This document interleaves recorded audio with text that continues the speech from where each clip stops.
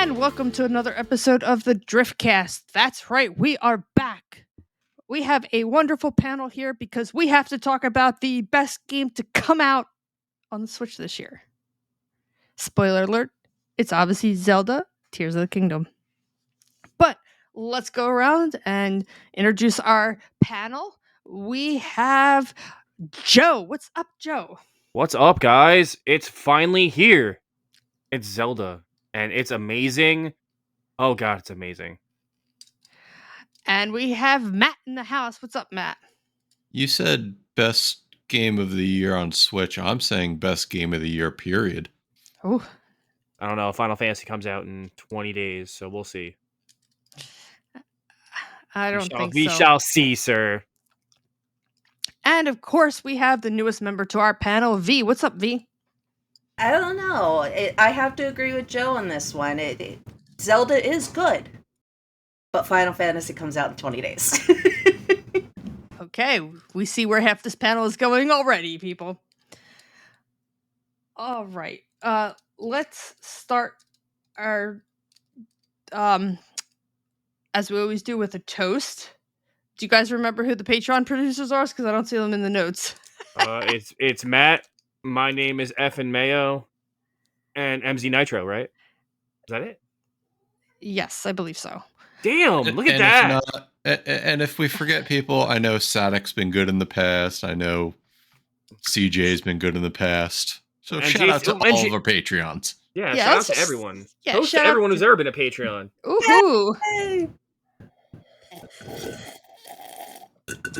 A big fuck you to Tricky.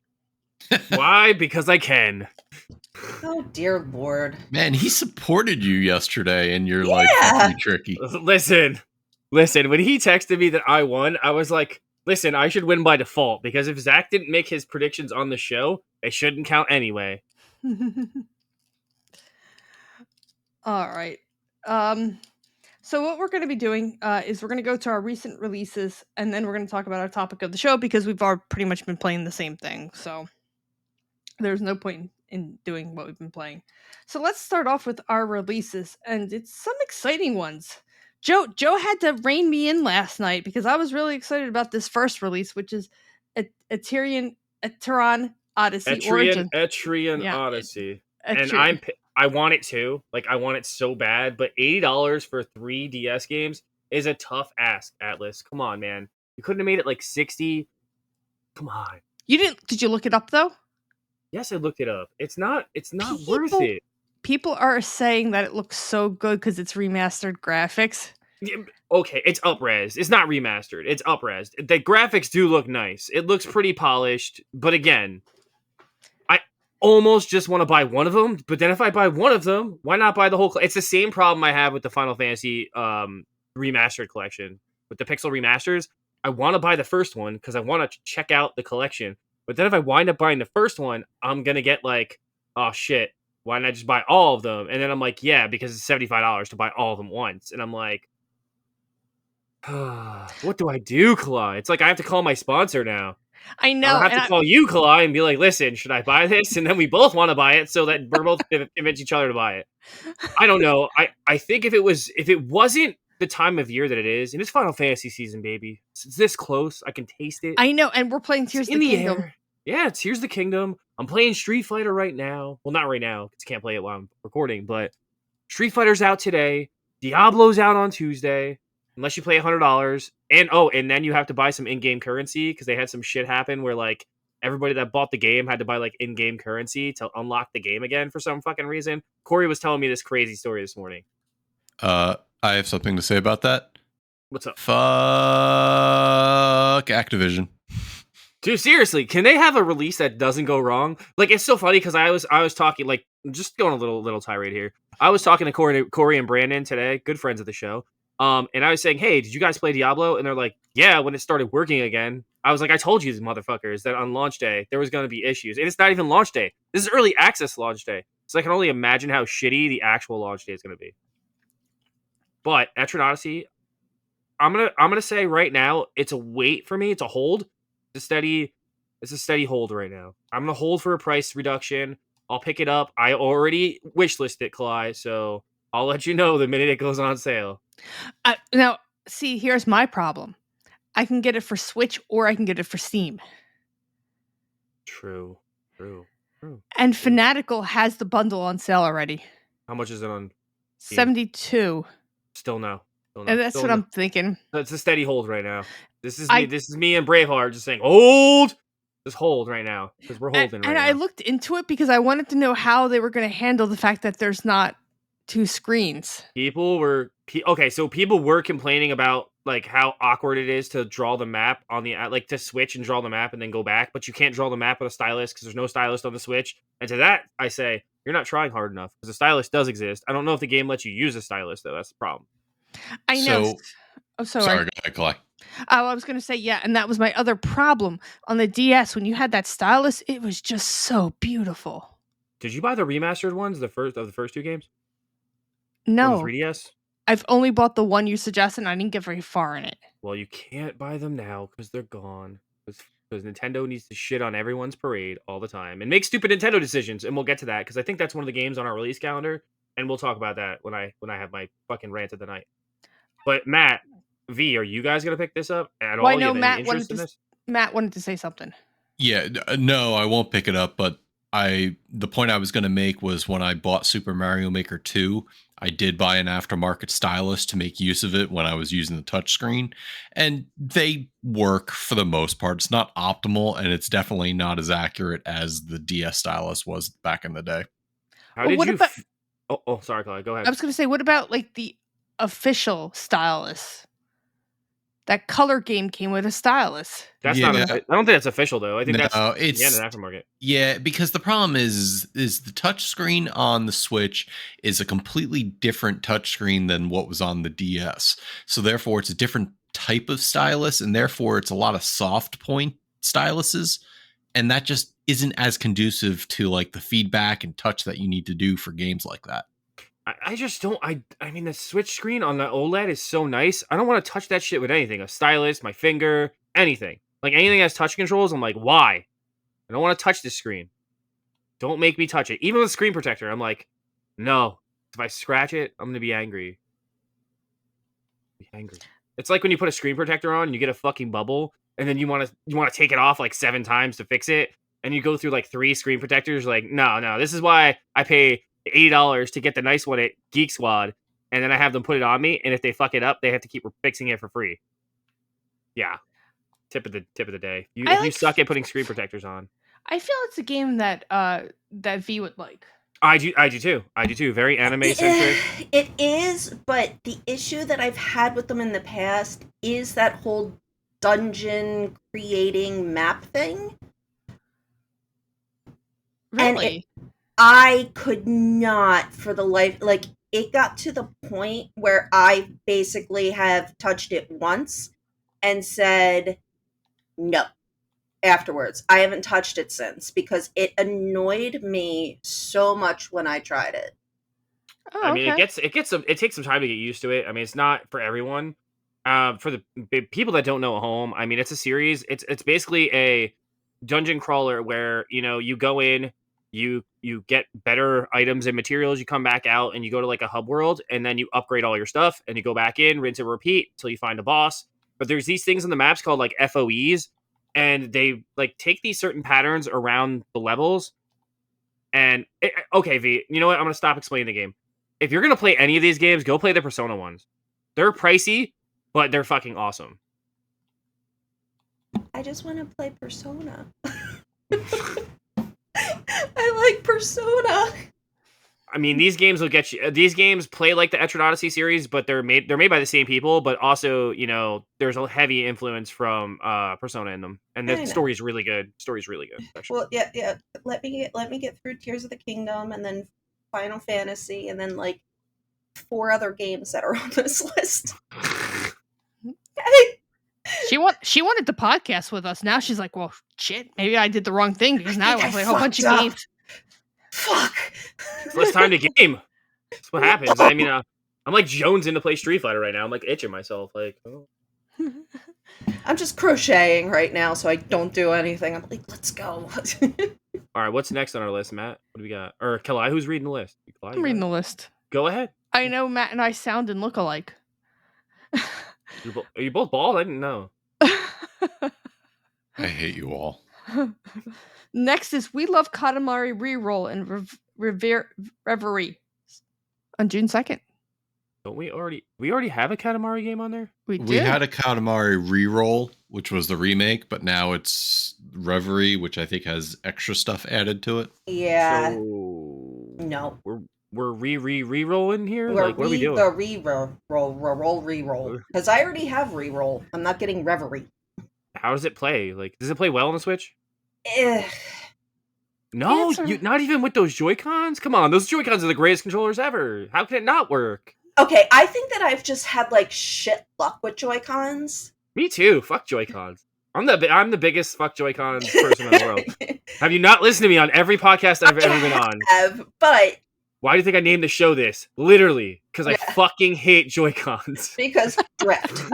And it's so... I liked it so much better on, like, the PlayStation. And that's... Right. It's just one of those things where I remember playing the original on the PlayStation 2 and doing everything like that. So when it came out on the Switch, I was like, yeah! And I played it on the Switch and went, this is bullshit! So these have really good thumbsticks, like really good thumbsticks, kind of like a controller, but they're like shittily made. And this is the Hori split pad. I really want the Hori split pad compact, but I haven't gotten out to get one yet. And they make a Gengar set that's really fucking cool. But yeah, I think that if you already have reroll and you're already on the Switch, there's no point to get this bundle. Like, so you're saying you're not re-rolling? I'm not re-rolling. Okay. Matt, will you be re-rolling? Or rolling at all, for that matter? No, I've never done Katamari in my entire gaming life. That's one of the games that I like watching V play. I find it funny, but to me, if I were to play it, I'd just be frustrated. I like Katamari, but I feel like Donut County did it better. Yes. Because it had raccoons. Trash Pandas for the win. Trash Pandas! I have to find... I don't know if it was you, Kalai, that sent it to me or somebody else, but it was the what do girls want? And then a guy stitches the TikTok and he was like, oh, girls don't want anything. I don't care what girls want. I want to domesticate like 40 raccoons and just have them as an army. Squadron of Trash Pandas. I want a squadron of Trash Pandas. Did you see that cool ass baseball jersey for the minor league team that's called the Trash Pandas? Oh. I'll send you the link when I'll find it and I'll send it to you. It's fucking awesome. Great. Yeah. The jerseys are awesome. Why are you doing Katamari? No, I already own the first one, and I actually don't have it in my possession right now. It's possibly in Texas. I lent it to Carl's mom. You might need to re-roll then. Well, she retired, and she's been kind of bored that she's retired because her husband was supposed to retire and just can't because he likes working so much. And is that why she's on the cruise and he's not? Oh yeah, absolutely. One of the cruises he was supposed to be on, he forgot he was going to be on a cruise and took an on-call shift. Oh, that was the one that was our first gamers cruise. Yeah.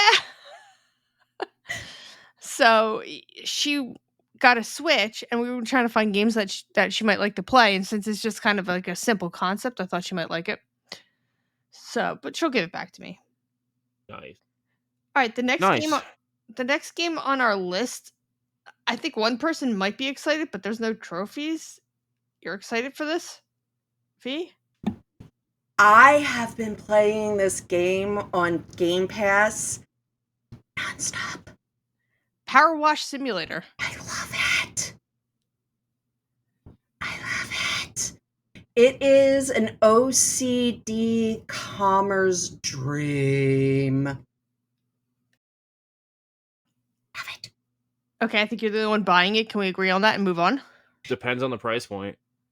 I mean, this will be one of those games that, like, I wake up one morning and I'll see it for 99 cents. I'll be like, yeah, fuck it. I have the hard drives or I have the Switch space.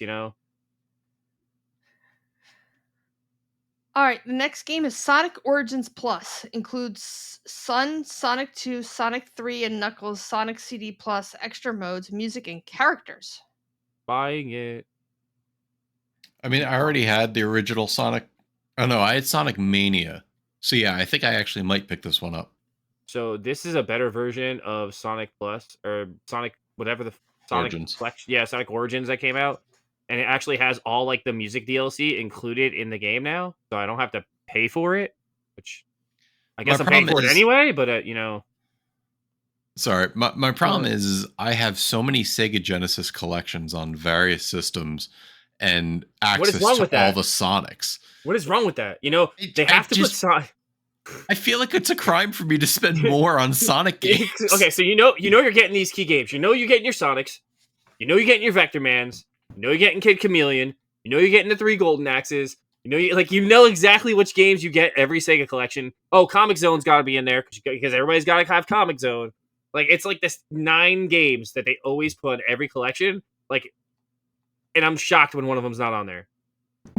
But the best one is still Sonic. Just like Kalai's trying to figure out what system to play Skyrim on. Everything. Mobile device. T83 calculator. If you could, she would. Okay, the next on the list is probably a V game. Story of Seasons, A Wonderful Life. That's wow. My ears. That is my ear.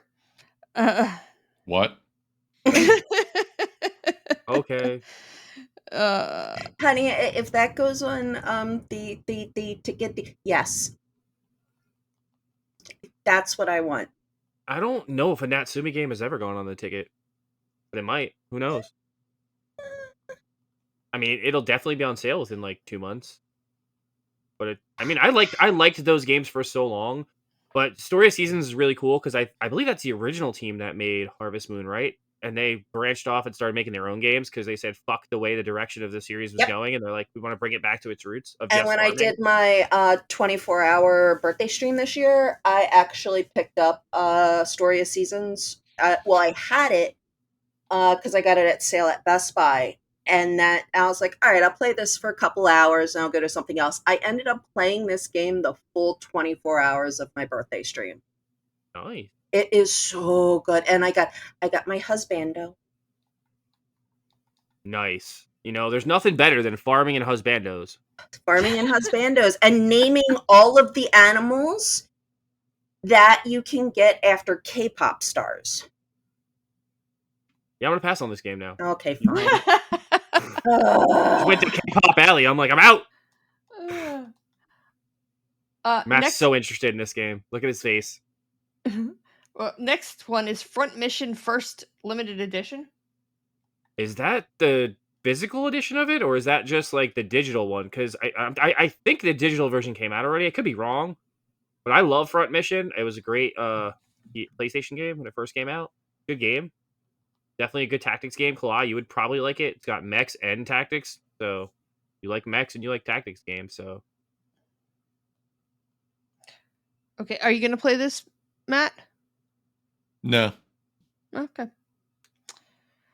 Next is Ghost Trick Phantom Detective from the creators of the Ace Attorney, a remaster of a 2010 game. He's playing it. 100%. It's Ace Attorney. Come on. It's not Ace Attorney. It's from the makers of Ace Attorney. She's like, it's Ace Attorney, a Jace, Matt. Come on, it's a tangent. She's hoping that goes on the ticket, Matt. It's never going to, but she's hoping. Never. It's like my master. Never mind. I have the. I feel like this entire list is just dedicated to V. It's V. It's a V. It's a V list this time. This is what I get for coming onto this podcast.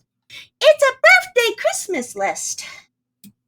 You should save that list, Matt. Hint, hint, twink, wink, nudge, nudge. For the listeners, I'm tapping my forehead. You're saying it's all in your head? Yep. It's also in a document that he made. Yep. All right. Next is AEW Fight Forever on 6/29. I will be buying this on PlayStation. I don't know what this is. It's a wrestling Wrestling game. game. It's made by the people who made No Mercy, so it should have really good controls. I watched a few videos the other day. It looks pretty good, guys. Control scheme looks pretty simple. It's a more simplistic game. It's more arcadey, so I think a lot of people are gonna enjoy it. And it's an actual wrestling game you can play on your Switch, which there's all of like 3, but none of them are like good. Well, I wouldn't say none of them are good, but none of them are modern. So this is an actual modern game you can play on your Switch, and I'm pretty excited. I'm pretty excited for Switch fans that want to play a wrestling game. That's not broken ass WWE 2K18. Okay, next is Master Detective Archives Rain Code from the minds of the Danganronpa series, an adventure to solve unsolved cases in the Kanai Ward, the city of Rain. This looks like something you would get too, Kalai. I actually have, I think, 2 of them. Oh my god, I need to turn on my Switch now. Oh no. Wait, there's like multiple of these? I believe so. Give me a second. I've never even So heard this of is it. like Weeb Nation list here. No. I tried to pick some of the more interesting things that I saw coming out. There was a whole lot of trash. Oh yeah, it's trash season, man. It's There's trash. trash- It's trash. It's there's trash trash panda on here. season on this Switch. Nintendo blew their load in May, and they're like, "All right, I'll just pump out whatever else I can." Oh, I have the Famicom Detective Club. Okay, I'm looking at like all of my stuff that's on my Switch, and it's like Forbidden Bride, Ace Attorney, Story Seasons, Pioneers of Olive Town, Harvest Moon, Lost Worlds. so are you getting this, Joe? That's a no. All right, next one, which is pretty much the bottom of the battle. Shit. Everybody 1-2 switch. There's a freaking sequel to this game. Yeah, why? Because Nintendo, gun Nintendo. Like literally, like they just gonna make stupid ass decisions because that's what they do. Like I feel like we can get like 5. Like there's no fucking Star Fox or F-Zero on the Switch, but let's make 2, not just 1-2 Switch game. Let's make a second one because everyone loved the first one so much. So here's the problem and why I assume this happened, because somebody sat down and said, "Oh man, 1-2 Switch was sold really well," forgetting the fact that it was one of 2 games that was available when the Switch launched, which may have attributed to some of those higher numbers. I wonder if there's more copies of 1-2 Switch in a landfill somewhere than there are copies of ET. Or that Burger King game that you got for the Xbox. I think there's like one YouTuber who like hoards the shit out of those. Yep. Like, Which, speaking of YouTubers and stuff, do you know what is it, Game Gramps or whatever? Don't you Oh, follow Game them? Grumps. Game Grumps? Grumps? Yeah, they're coming to Count Basie. What? Ooh. Oh! And you know how I found out? Jim texted to me. Did those go on sale today? Oh, I don't please, think so. honey, get Would you guys like me to send you that link? please. I would. Please? Please. All right. Give me. All right. I was like, why is he sending me this? Oh wait, probably for you guys. Anyways, so the next thing on our list is Pikmin 4. 100% getting it. I know, Matt, you're getting that with your voucher, right? You're all Yeah, vouchered up for that one. Yeah, because, we can never guarantee we record every month. I just want to throw this on here to remind people that we are getting Pikmin 4 and go and support the game. Otherwise, we may not get a Pikmin 5 because we waited a long enough time to get Pikmin 4. Oh my god, yes, we did. I wonder if this game got a year of polish like Breath of the Wild, like Tears of the Kingdom. I wonder, because seriously, wasn't this game supposed to be done like 7 years ago? Well, no. So we got the first teaser for it last year. Miyamoto was like, "Oh yeah, hey, here's one more thing we've been working on," and it was just like a 45-second trailer. And then at the showcase we had a couple months ago, it was like, "Oh hey, by the way, Pikmin 4 is done and it's coming out in July." Like all it was before that showcase last year was rumors. And then finally they released it and it's out less than a year later. That's insane to me.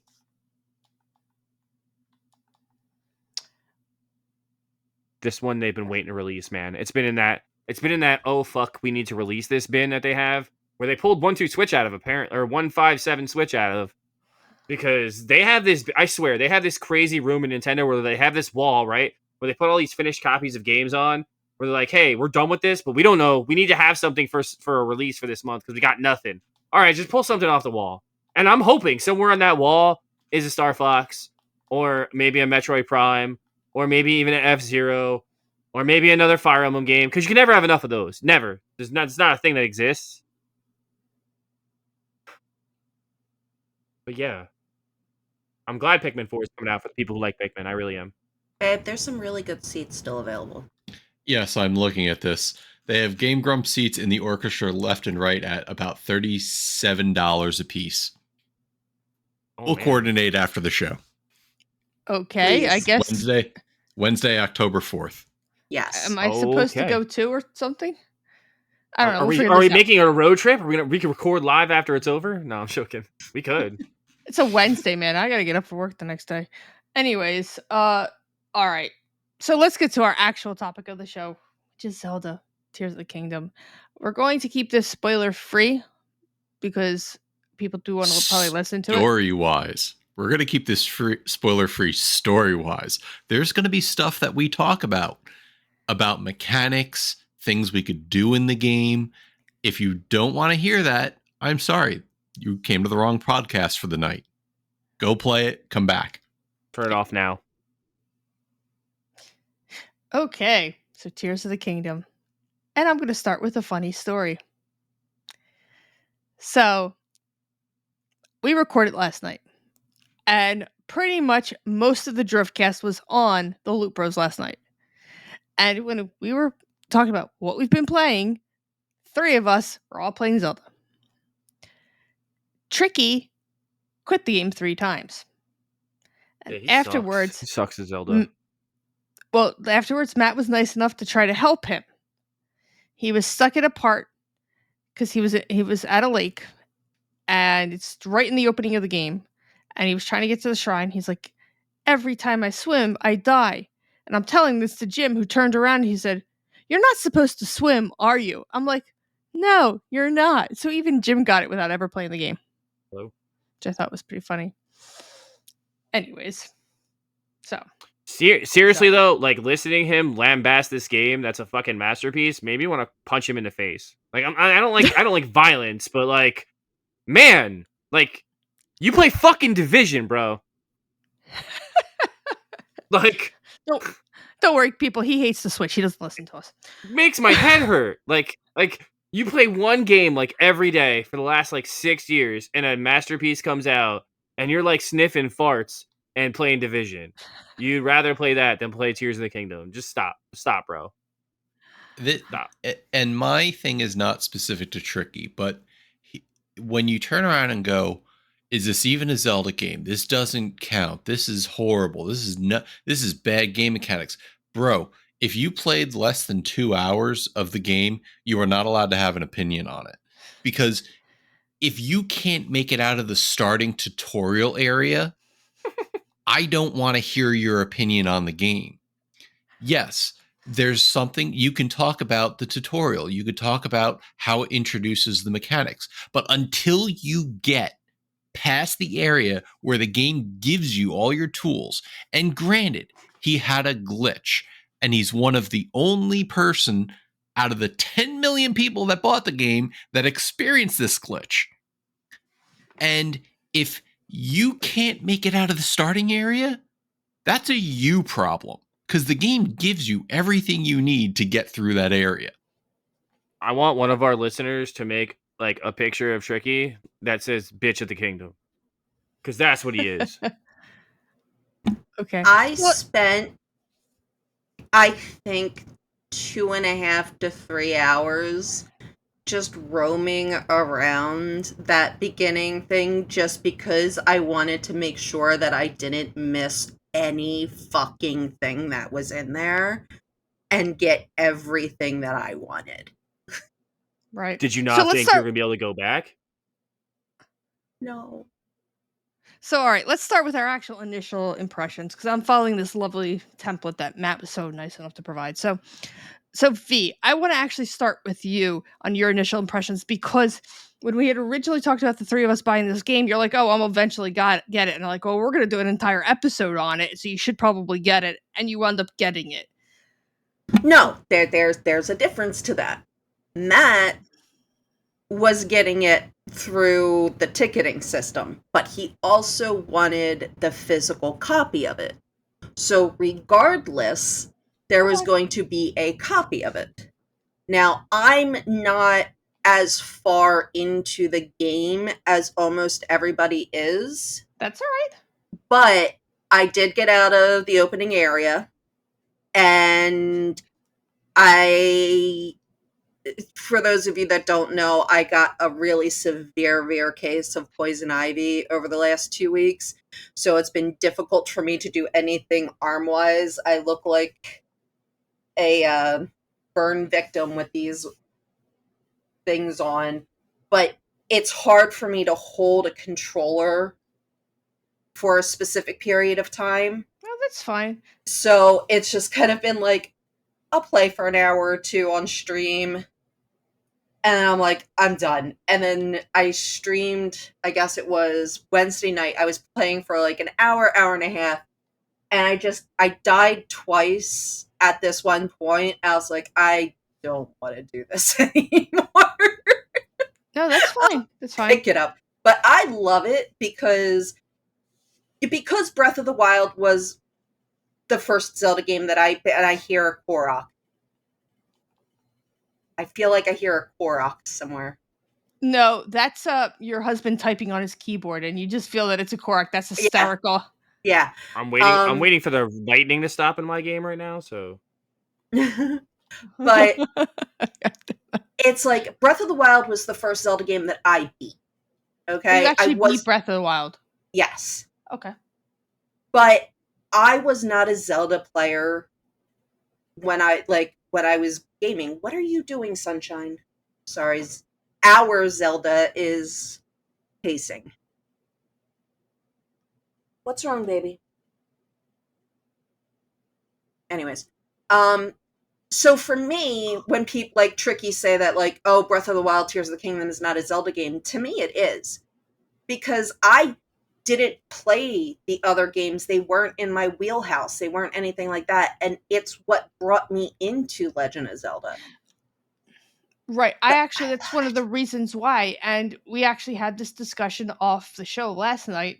I believe it was off the show, where Tricky said that he wants it to be difficult in the fact that you have to find everything or you would get stuck in the game. Whereas I'm really excited that they opened it up so people who never played a Zelda game or would get frustrated have that opportunity to play a series that is great as Zelda. What about you, Matt? So, back when I bought the Switch and I took the next couple days off to play the game, the first thing I felt about Zelda was that it was a true to form kind of reimagining, albeit in a different way, the very first Zelda.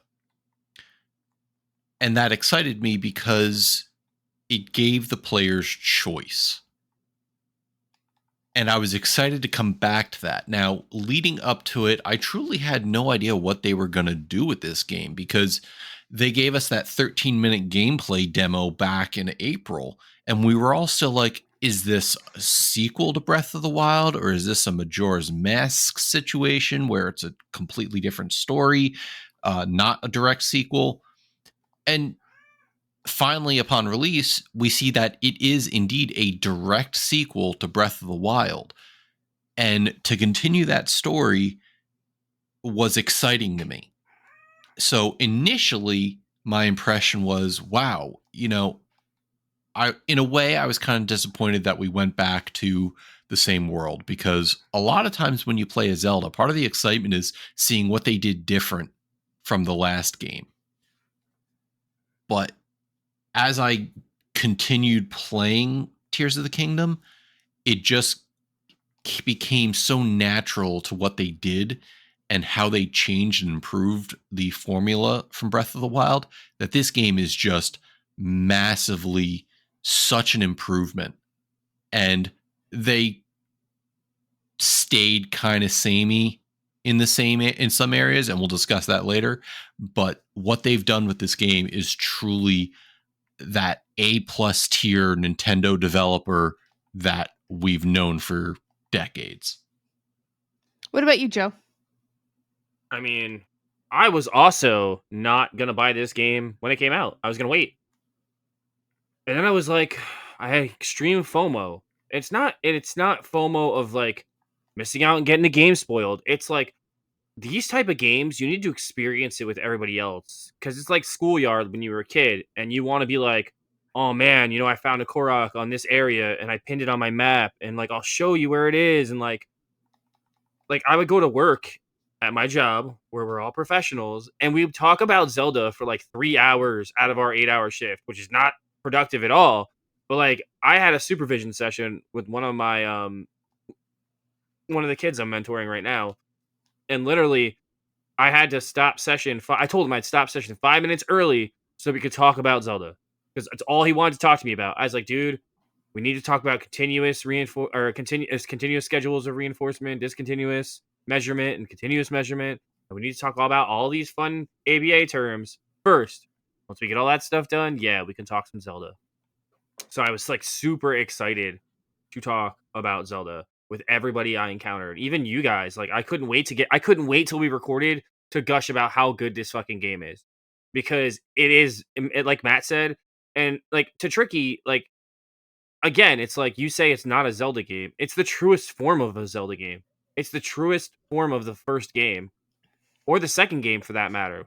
Like you just roam around the world and you explore, because the whole point of Zelda is exploration and finding things and discovering where things are. And I think that the best way to play Tears of the Kingdom and Breath of the Wild is blindly.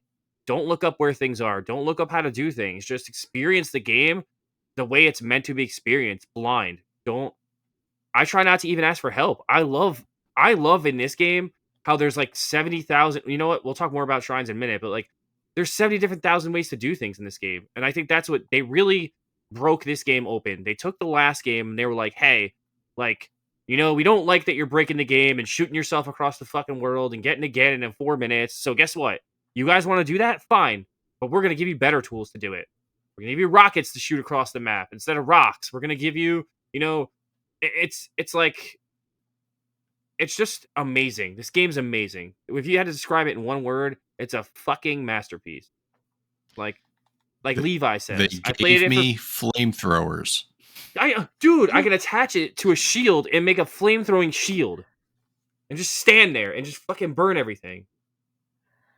Oh, game's so good. Kalai, what are your thoughts? I really, I've been addicted to the game. I've also been playing Scarlet Nexus. I was like 3/4 of the way through Scarlet Nexus, and I was like, yeah, I'm gonna play it, Zelda. All right, really, I'm gonna play it, Zelda. Damn it. All right, really, today I'm going to play it, Zelda. Damn it. The only thing that disappointed me was the beginning opening, which we've all played. And if you've listened to this podcast, you played the beginning opening. You had all of your hearts from the original game, and they were taken away. But that's like every JRPG. I know, right? Zelda thing. It's like you play the opening, you're like this badass, like, yeah, let's go. And the next thing you know, you're like, I'm naked. I was more upset that they gave you full stamina wheels and then made you escort Zelda around. You couldn't use all the stamina. Yeah. I was just like, and then of course, like, but my favorite thing is just like you wake up naked. Like,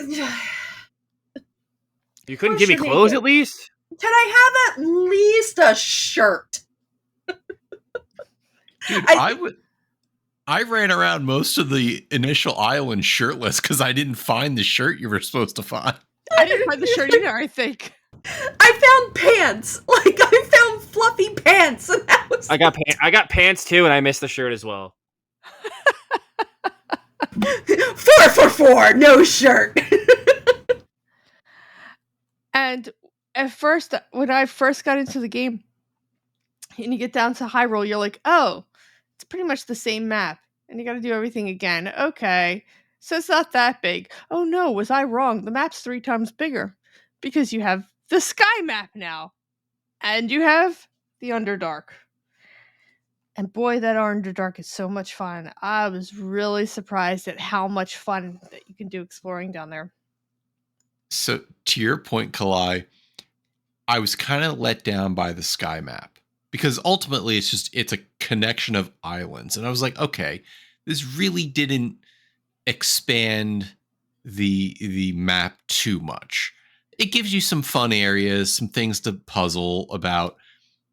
And then I went down to the chasm like you, and I started exploring. I go, okay, is this kind of like the Sky Islands where it's only individual sections and there's not much to explore in each section? Because this is kind of boring at first. And then I started finding the towers, so to speak, in the chasms, and I go, oh no, oh this, this is just as large as Hyrule Overground. Oh dear. Yes. My favorite is so I do watch Matt play this game, and he just all of a sudden I just see him take the bow with the light bulb on it, and he'll shoot it, and it just goes,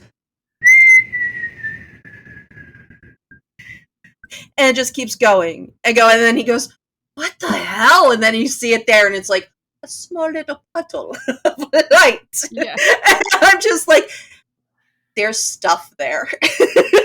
She witnessed me going through a section of the chasms the other night, and I was talking to some of my friends on Discord, and as I'm walking, a skeleton moblin comes out of the ground, and I'm just going, oh, have you guys seen, oh god, no.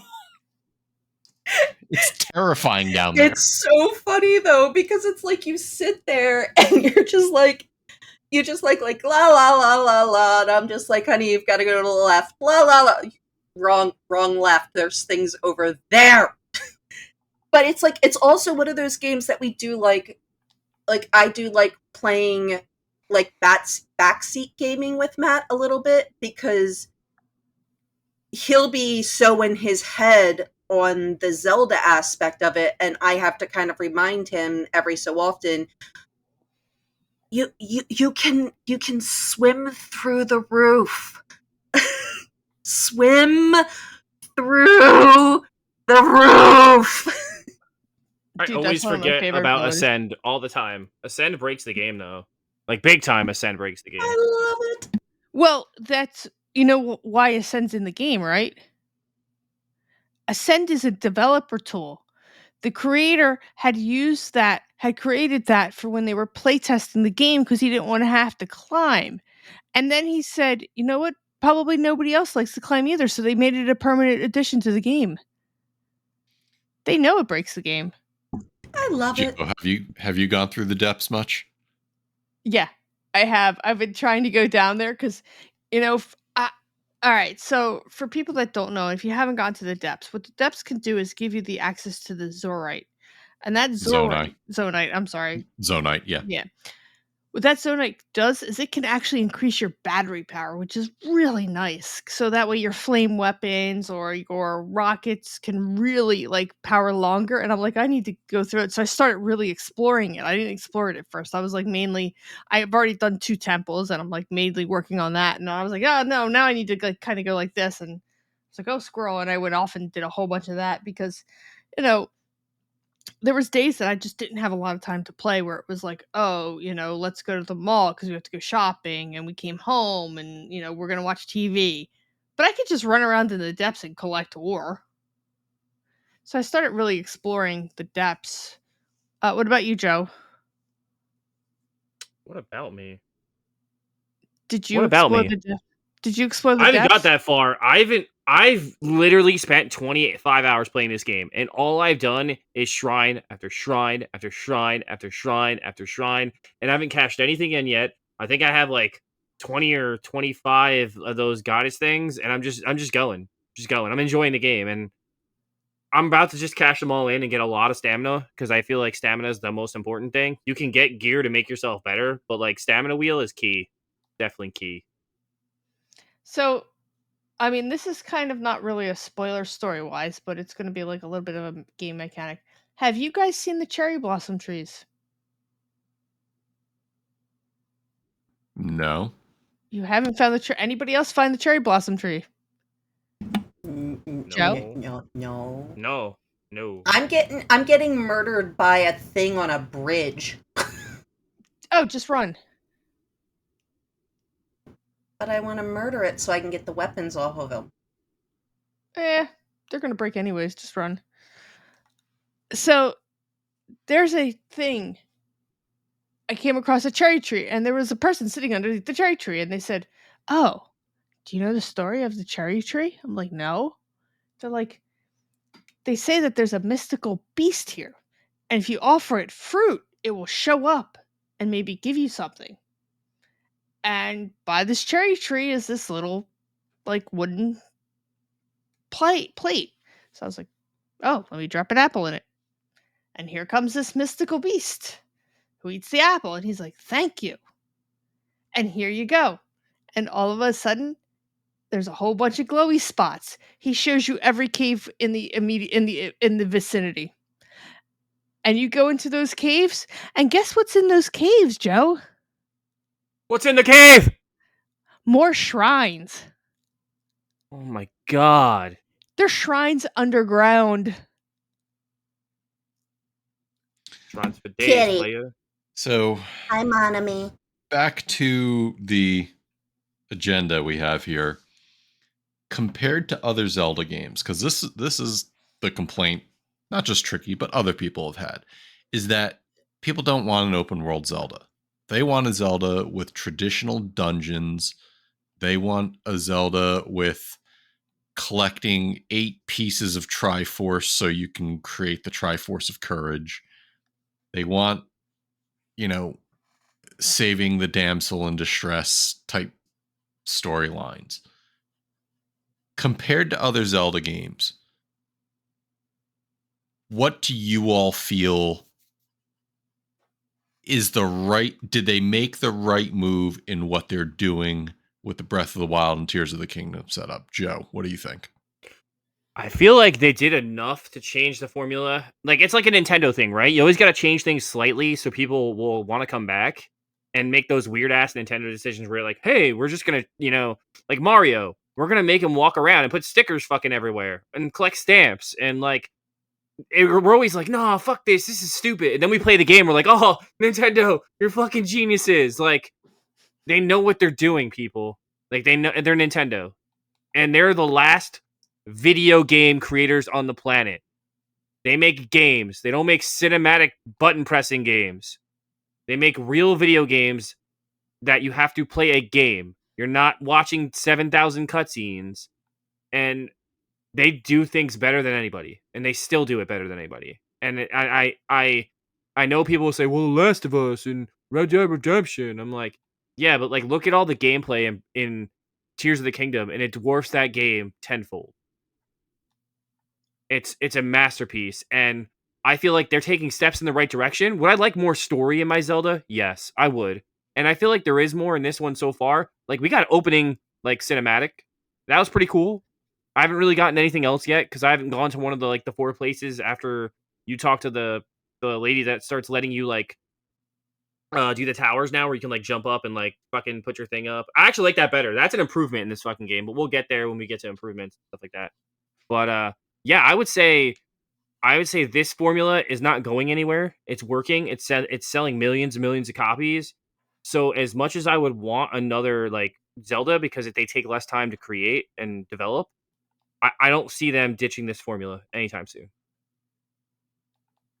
Kalai? So, I haven't actually played a lot of different Zelda games.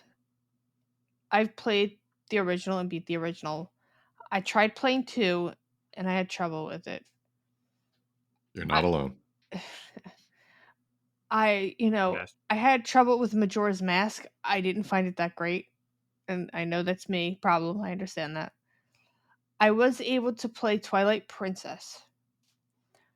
But the very thing that Tricky said that makes it a Zelda game is for you to have to find that one piece or to get there. Frustrated me to no end. And I feel Breath of the Wild and now Tears of the Kingdom open up and make it much easier for me to be able to play a Zelda game.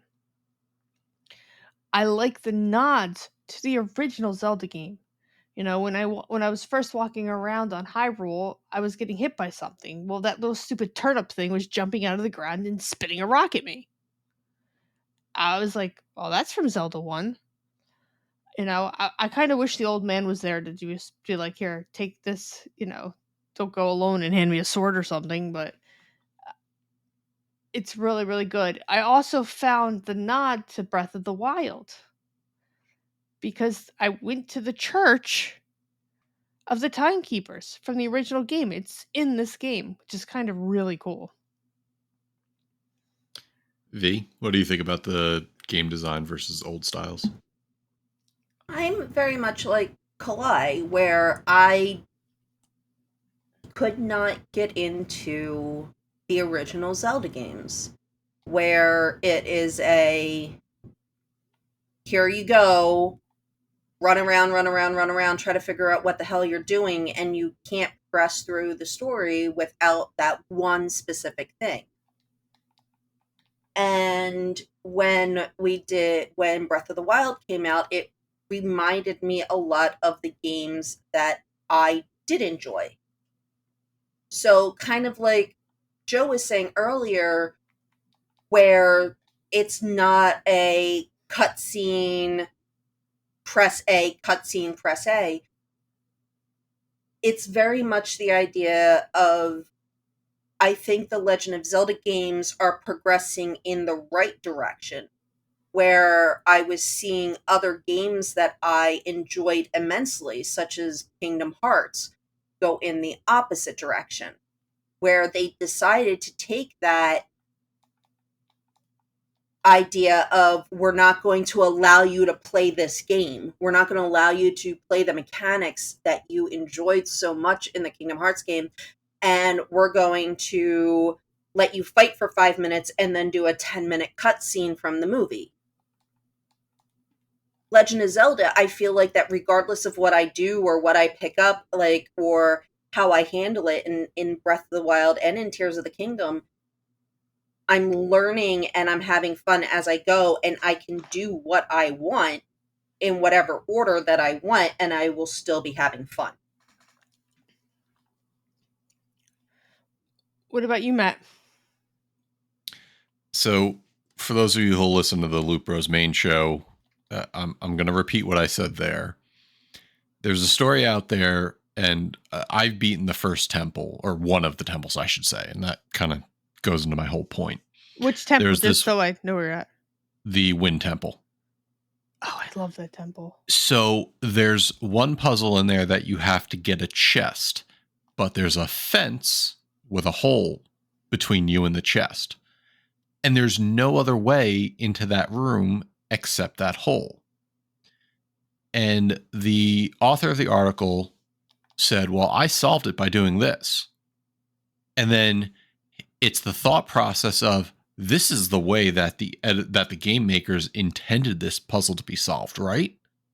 And then as he starts talking to other people, he's finding other people found different solutions that they had the same thought. Oh, I solved it this way. Oh, I solved it that way. Now, the game designers had some solutions in mind, I guarantee you, because you don't go in designing a game going, oh, I'm just going to make this puzzle and see what people do. You make a puzzle with a definitive way to solve it. But they don't make these puzzles with a specific way in mind. It's, hey, I can do this or maybe do this. They'll literally sit people down in front of the game station and go, hey, how would you solve this? And the point I was making to the team last night was, this is peak game design, because as a game designer, You have to make intriguing puzzles that somebody can solve at whatever point they're at in the game. You can't depend on them having a certain tool in their set except what is given to you at the beginning of the game, very much like Breath of the Wild did. Yeah, Go ahead, Joe. I just want to make one comment. Yeah, it's so funny. So, like, one of the earlier shrines where, like, you definitely need, like, the glider to do it. I sat in there for, like, 40 minutes trying to figure it out without the glider and almost was able to do it without the glider. I just needed to be able to, like, jump up a few more inches. So then I started messing around with, like, some of the other mechanics, like, mixing up, like, dropping a box from up high and then rewinding it back up. And I was able to do it without the glide. And, like, the game definitely doesn't intend you to be able to break that portion of the game open like that. But I was able to use the tools they gave me to overcome obstacles. And I think that's the beauty of this game. It's like it lets your imagination run wild. Exactly. And that's my point, is that the game designers made this game, and where in past Zeldas, there was a definitive way to get past a puzzle. Now, let's take the speedrunning community. For those of you who don't know, right now, Summer Games Done Quick is going on, and I'm seeing all sorts of ways people are breaking the game. That started this week? And that's on this week. It literally ends in the next 36 hours. Dude, there's so many VODs up on YouTube right now. You have plenty to watch. Oh, I can't wait. I'm going to go watch tonight. So, side note, there were two guys playing Mega Man 6 yesterday. One guy was on the directional pad. One guy was on the controls. It was insane. So what happens is they look at what people did to Breath of the Wild and destroyed that game. And they said, to Joe's point earlier, this toolbox that we're going to give you allows people to do all sorts of different things. Solve it the way you want to solve it. It makes people feel smart, which they appreciate. And it also allows people to enjoy a game the way they want to enjoy it. I've heard many complaints that say, oh, this game doesn't respect my time. Dude, this game ultimately respects your time. It's on a system that you can suspend whenever you want. You don't have to get to a save point, and it saves frequently enough. So, do I want a traditional Zelda back? At some point, yes. But for right now, compared to old Zelda games, which I could spend maybe 30, 40 hours in and complete the game, I've spent 30 to 40 hours in Tears of the Kingdom, and I've barely scratched the surface of the damn game. Mm-hmm. And it's a $70 game, and I'm getting my money's worth out of it. Absolutely. Has anybody done the Fire Temple yet? I have done no temples. So the Fire Temple. How's that lava treating you? I got through it. I was very much, because I was under. You have to get out of that mindset, and that's where I'm going with this. I was in that mindset that you have to follow the way it was intended to do. And it's multiple levels, just like the Wind Temple. And it's a cart system where you have to move all of these carts. I could not for the life of me figure out how to get to the top. And at one point, you're on one of the like carts, just kind of like in Donkey Kong, even like Donkey Kong Country, and there's enemies getting to you. So I'm like, oh, I obviously need to jump to that one. So I'm trying to kill the guys. Still couldn't do it. It took me, after 2 hours, I figured out a completely different way to completely get through the temple without even, I bypassed most of that stuff. And I was like, yep, there we go. So I like it a lot.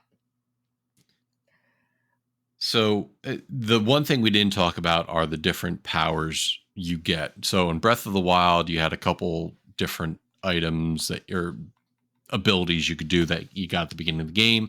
Tears of the Kingdom does very much the same thing. You've got Ultra Hand, which lets you fuse and manipulate items in your environment. You've got the fuse ability, which allows you to fuse different items to your weapons and shields. You've got the Ascend ability, which on certain parts of the map, if there's a ceiling above you, you can ascend through it.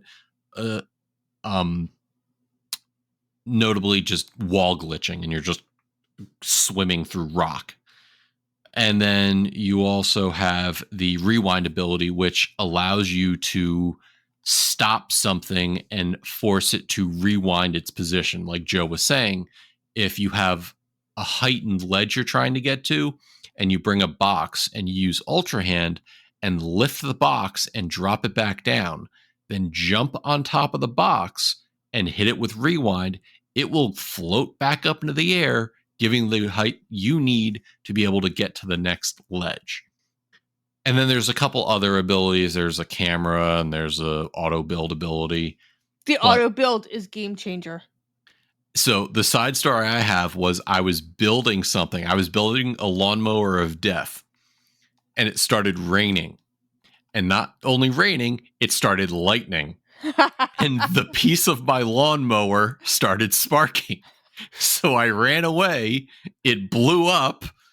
I went back. I hit auto build, and it built everything back into place. It was wonderful. So all this to say, they give you all these different abilities you could use. And the next question I had for the group, Before we get if you to that, have one, wait, before we get to that, before I get to that, what? I just want to talk a little bit about the auto build because it was the one ability that was kind of hidden. Because like everything else is pretty much right there when you get out of the starting area. If you guys are looking for that auto build, go talk to the woman. She tells you that she wants you to go into the Underdark with her. Follow that storyline. You have to follow some statues, and if you keep following the storyline, you will get auto build, and it's a game changer. Right. Yeah, it's a very good point. And it's actually one of the complaints, and we'll get into that with the gripe section. It's something that they should have included earlier in the story to give people what they need. Yeah, because you know what that auto build is good for? I'm hoping the stupid sign guy. Well, no, because each of those signs you have to solve a little differently. I've solved every single sign the exact same way. There's some out there that don't work the same way, so just be aware of that. Yes, but a lot of them work the same way. So go on, you were saying. The question I have, if you've built anything, what's been your favorite weapon combo build so far? And not just weapon, what about structures? Anything you've built? I like the fact I could build a car. I think the funniest story, which I think I told in the other podcast, is I was trying to get across the map quickly, and I built a car, and you know that crater that's like in the center of the map where like you just fall into the abyss and die? Yeah. You can't control the car, obviously, because you're not far enough in the game to have pieces to control things yet. So like it just kept going, and I was like, yeah, I'm flying across the map. I was like, no, I'm falling in a chasm. Now I'm dead. And then the other funny thing I did, is when you jump from the sky, because I love jumping from the like once you can figure out how to get up to the sky, like it's fun to just jump off and like glide to different places in the map, because like you can like skip like giant areas and just like look for better shrines in different areas. So I did it once. It didn't realize my stamina wheel was out, so I'm like plummeting to my death, and I was like, no, and I just hit the ground and die. I was watching TikTok earlier, and some of the contraptions people are making, they launch the device, and then they jump from the sky after it, and they descend lower. The guy landed on the screen, talked to the NPC that turns into that stupid ninja and the banana things, and then just walked back, and his device fell and completely destroyed him, and it was just explosions and a guy walking away, and Zelda walking away. It was Link walking away. Was hysterical. V, do you have a particular thing you've seen or built? Not yet. Like I said, it's just kind of been one of those. The biggest thing that I did is like in that very beginning area before you get to that bridge, you find one of the Korok buddies, right? And you have to get it across to that little island. Yep. With the fast. And they have those spots that they have like the build the houses things. So what did I do? I used all of those and created a bridge to go from the dock to the island. And I was just like, here's your buddy, asshole. Give me my 2 Korok seeds. Can we talk about the Korok abuse in this game? Yeah. And I just he's like, I went to go like grab him because I already know. He goes, oh, you scared me. And then goes through his whole spiel. And I'm like, I just want to grab you and throw you, asshole. So for those of you listening, their Koroks are back in the game, and they've now introduced these Koroks that you have to take from one side of a field to get to their friend, and they'll throw some puzzles in the way. And the Tears of the Kingdom community has found some interesting ways to make that happen, including catapults, rockets, self-steering cars, and most notably, fusing multiple Koroks together and attaching them to multiple rockets in a tank. It's quite a entertaining world people live in. And then there's this whole part of community that are like, why would you do that to these poor Koroks? And people are like, because you didn't have to find 900 Cs at the first game. And get nothing for it. Which, by the way, Joe, I'm sorry, I just want to tell Joe this. If you think the opening cinematic is pretty, there's a quest line that will actually kind of tell you what happened to Zelda, and they give you small clips of more cinematics. And I've been finding them, and they've been actually really cool. I know, aren't they? I've been finding them too. Much better than the memories from Breath of the Wild. Yeah, absolutely. To close out this section, my favorite was my flamethrower boomerang. I call the fire rang. The fire rang. Did you kill yourself with it yet? No, I've actually done okay. And my wife is face palming at the moment. Okay. You didn't show me video or tell me about this, so I'm very disappointed at you. I feel like I've shown you this. You have not shown me the fire boomerang. You have shown me the one where you can go in and it's like you have the 2 little thingies and it goes, and you're in the chasms. That's the only one that I remember seeing. I'm fairly certain I showed you the fire ring. You did not show me the fire ring. Anyways, I'll be the first one to come out here and say Tears of the Kingdom is an awesome game, but not a perfect game. And I find it humorous because a lot of people, their biggest gripe is the weapon durability system. And Breath of the Wild, everybody complained that was everybody's number one complaint. And I find it funny that the developer said, oh, that was your big issue, and leaned even harder into that fact, because now every weapon you come across is decayed and broken. And that's where they depend on the new fusibility for you to add pieces to your weapons to make them more powerful. Now, that said, there's some people complaining that doing this and the constant menuing is breaking up combat. It's breaking up the flow of the game. And I think there's some truth to that. So my biggest gripe about this game is that there's some things from Breath of the Wild that probably should have been left behind or at least improved on. And the durability system, I feel like even with the fusing factor, weapons still break a little too often for my taste. V, what do you think about? What's your biggest gripe about Tears of the Kingdom? I think it is the weapon breaking. And that's where it comes into play. Like, I get it, but it kind of, I wish it was not like a breaking system, but like a doling system like Monster Hunter does, in a sense, where instead of breaking as often, you have to collect something or do something that you could fuse put like 5 spears together that are almost dead and make a brand new spear. Something along those lines. But the fact that I can sit there, I'm in the middle of a fight, and my bow breaks, and then I'm sitting there in panic mode because I'm in the middle of a fight and I forget what button to hit so that I can get another bow out. Like, and it's like a fresh bow. Between that and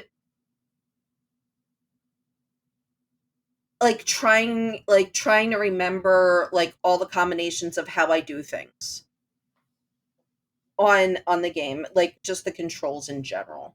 So, but the breaking is probably my biggest gripe. Kalai, how about you? I mean, at first for me it was the weapons, but I've kind of gotten used to it, and at this point I'm like, wow, I have a lot of weapons. I need to like start using them to the point that they break so I can pick up better weapons. I mean, the lightning is still annoying to me. Dude, fuck lightning and fuck rain. And exactly, and it's at the point where it rains, I'm just gonna stand here in this house until it stops raining. Yep, I build a hut and I put the switch, like I leave the switch on and I just play PlayStation for a few minutes until it stops raining and then I start playing Breath of the Wild again. Mm-hmm. So I will say this. They now give you the ability to make potions and food that help the slipperiness when you're trying to climb in the rain. Just putting that out there, but I still agree it's still a pain in the ass. Joe? I just hate it. It's like you're in the fucking open world, right? And then it just starts lightninging out and you're like there's nothing to hide under. Nothing. You're like, "Oh shit. Like I'm screwed. I'm getting blown up. Like I might as well just stand here, You know what? wait for my doom to happen." I completely forgot about that feature in the first game. And the first time I experienced in this game, I literally was like, "Oh, hold on a second. I'll help you, honey, or I'll do something." And I put the controller down and I came back and I was dead and I couldn't figure out why. And then I realized it was raining. I was like, I got hit by lightning. Shit. Yeah. It's a fucking Is that pain in your the ass. biggest gripe, Joe? It's funny. I was helping one of those fucking dumbass Koroks get to his buddy, and I was doing the one where like it's in the swamp area where you have to carry him across the fucking planks of wood, and I'm like almost there, and I'm like, all right, lightning hasn't hit me yet. I got this. Let's go. And I'm like 90% there, and then the lightning goes, no, brother, fuck you, and just shocks me, kills my Korok, knocks him in the water. He drowns to death, and then I die. And I'm like, oh great. Well, at least he died too. And then it's like I hate how this game like resurrects you sometimes. Sometimes it'll resurrect you close to something, and then other times it's like, no, you're all the way back here now. I'm like, I don't understand it sometimes. It makes no sense. I'm like, sometimes it like puts me in the middle of the bridge, and then other times it's like, no, you gotta go all the way back to the last hut you entered, bro. Like, have fun walking. But I do know that I'm looking forward to being able to build a house because like I watched my friend build a house and I was like, that's fucking insane. You can build a 15-bedroom house. Do you Like, know what other video game? why? Because you know what other video game you can build a house in? Skyrim. Yes. Todd Howard loves you. So you think Todd Todd Howard Howard's a hates your secret? Todd guts. Howard's a secret designer on Breath of the Wild. We just don't know. All right. Well, I Time don't. to. Wait. Is there horse armor in the game, Joe? I mean, you could probably make horse armor if you wanted to. I mean, I'm sure you could just kill a horse or fuse it to some armor. Well, Like take you know one what? of your horses Let's and talk about stab the it. horses. I'm sorry. I know you want to go to final thoughts, but let's talk about the horses. I Because don't use them. oh, you will, my friend. So first of all, if you haven't started this game and you've played the original, download the stupid save file you have. I did not do it. It only reads it once, and it will give you all of your horses. I was From lucky. Breath of the Wild. Yeah. I was lucky enough to actually use an amiibo and get Epona again. I was so happy. But as you use the horses and you sleep in the stables, you get rewards. And like one of the early on rewards is a halter system. So you could hook up that horse to a buggy and have a cart. And I just think that's amazing. I still don't like the horses because they still don't let you pick stuff up when you're on the horse. I have to jump off of it to get whatever I need to get. And it's quicker for me to just walk my ass across Hyrule. Oh, that is true. I agree. I agree. And then 100%. one of the roads, this is just a little funny thing I found. It's one of the roads I was walking down, and there was a cart with a woman full of stuffed animals. And it was the cutest thing. So I went up to talk to her, and I scared her, and they all fell out, and I had to pick up all of the stuffed animals. It was the coolest quest ever. So, All right. So, final thoughts. Go around the table. V. I have to continue to play it. And I think that's where I am with this. It's just, I'm going to need another week or two before I think I feel comfortable enough to physically to play the game more. I equate it to like if I don't feel well humanly, I don't want to do anything at all. So I think that once I feel better and want to play the game, I think I'm going to have a better time with it. Joe? Everyone should buy this game if you own a Switch. Like, that's just definitively my answer. Like, let's make this outsell Mario Kart, please. If that's possible. Is that possible? Is that even possible at this point? Probably not. Was that like a user base of like every like 2 to 3 people that own a Switch have Mario Kart? It's like something crazy like that. Fucking insane. Do you know I still don't own Mario Kart? And I think I should use my voucher on it because I'm like one of the only people on the planet that doesn't own Mario Kart. Actually, what should I use my voucher on? I'm using it on Pikmin 4. No, I don't want Pikmin. What should I use it on? Like, what should I get, Kalai? Should I just get Xenoblade Chronicles 3 and just like let it sit there? Or should I get Mario Party so I can play with all of you guys? Mario Party's on there? Yeah. I don't know. It's something we definitely have to think about. I know. I feel like we should have an episode dedicated to what should Joe get with his voucher, and everyone should make their case. I thought you had a bunch of vouchers anyways. I have 3, but I don't know what I want with them, and I don't want to just like blow them off because I'm sure Nintendo is gonna be like. But then again, I don't want to like have them like be like have to use them like the last people did who bought like 10 and they were like, oh shit, now I got to use all these. I still haven't used my voucher for the second game because I'm like, oh, I'm going to be playing this game for a while. What It's about like you you, give Matt? up What's your again. final thoughts? Like I said, it's not a perfect game, but it is the best goddamn game to come out this year so far. And the amount of content and thought and polish that went into it is indicative of what Nintendo does with this series. Even the worst Zelda game is better than the best AAA trash that has been put out there by some of these other companies. And at the end of the day, if you're a Zelda fan, you should be playing this game. This is probably game of the year for me.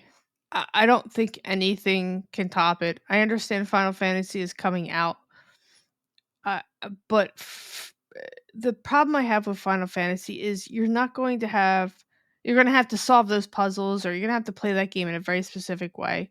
This game is not. It's true to open form, which I like. It's what the Zelda series needed. It needed a refresh. It needed some way to bring it out of that. Oh, let's go do the wind temple. Let's go do the fire temple. Now you have to do the water temple. If I don't feel like doing the temples, I don't have to do the temples right away. I can do so much more stuff. At the same time, the same stuff that we've done in the original Breath of the Wild, you kind of have to do again, including, because I kind of seen a little bit on this, you have to dress like a girl again to get into the female only area. but I really do enjoy it. I love that the map is 3 times bigger. I love the shrines and that I can do them any way I want. I mean, some of those things just have made me laugh trying to solve these puzzles or doing silly things. Not intentionally, but it just kind of happens. So, And I think that is ultimately it, is you play the game, and sometimes the best time you have are when unintended consequences occur. like, we were laughing at Tricky. Tricky was trying to build a boat. He took one log and put one sail on it. Oh my god. Then he put the other sail on the other side of the boat to try to stabilize it. And then he put it in the water and it just sailed away. And he's like, how am I supposed to jump on that? He tried to jump and he fell in the water. So, final funny story is, during the initial part of the game, I'm playing it and I'm streaming it on Discord for my friends, and I was at one of the very first Korok puzzles, and you're on a sky island, so there's nothing below you except ground that you dive towards. And I'm moving stuff around, and I picked up the sail, and I went to put it somewhere, and I accidentally dropped it off the side of the island, and I kind of looked over the side again. I hope I don't need that. All right, Kalai, you want to land it? I want to land it. All right. If you've enjoyed us, first of all, come into our Discord, come into our Facebook. Let us know what your thoughts if you're playing the game. Second of all, if you'd like our show, check out the main show, The Loot Bros. We have been just having a blast. We have a bunch of interviews coming up. Last night's episode was absolutely crazy. I didn't get much sleep for work today, but we had so much fun laughing hysterically and playing I don't know, enjoying the games that we talked about. There's also the 2236 comic cast or horror cast. There's a horror thing. I've been drinking wine. Not really. There's not really another podcast. Like, No, there when really do they make isn't. episodes for that thing? I know. But if you want to also support us, we do have a Patreon. Please check out our Patreon. I mean, for $1, you get access to our special content that Daryl's been doing. We also drop reviews that we do. I think Matt has a review coming up called I Was a Teenage Exoskeleton or Exo Scientist. I was a teenage exocolonist. Colonist. There we go. I was close. I got most of the words. Maybe eventually Joe will do his reviews, so feel free to poke Joe and tell him to do his reviews. We also have merchandise coming out soon, so keep an eye out for that. But otherwise, thank you for listening. We'll see you on the next episode of Driftcast. Good night. This is the way. Peace out, homies.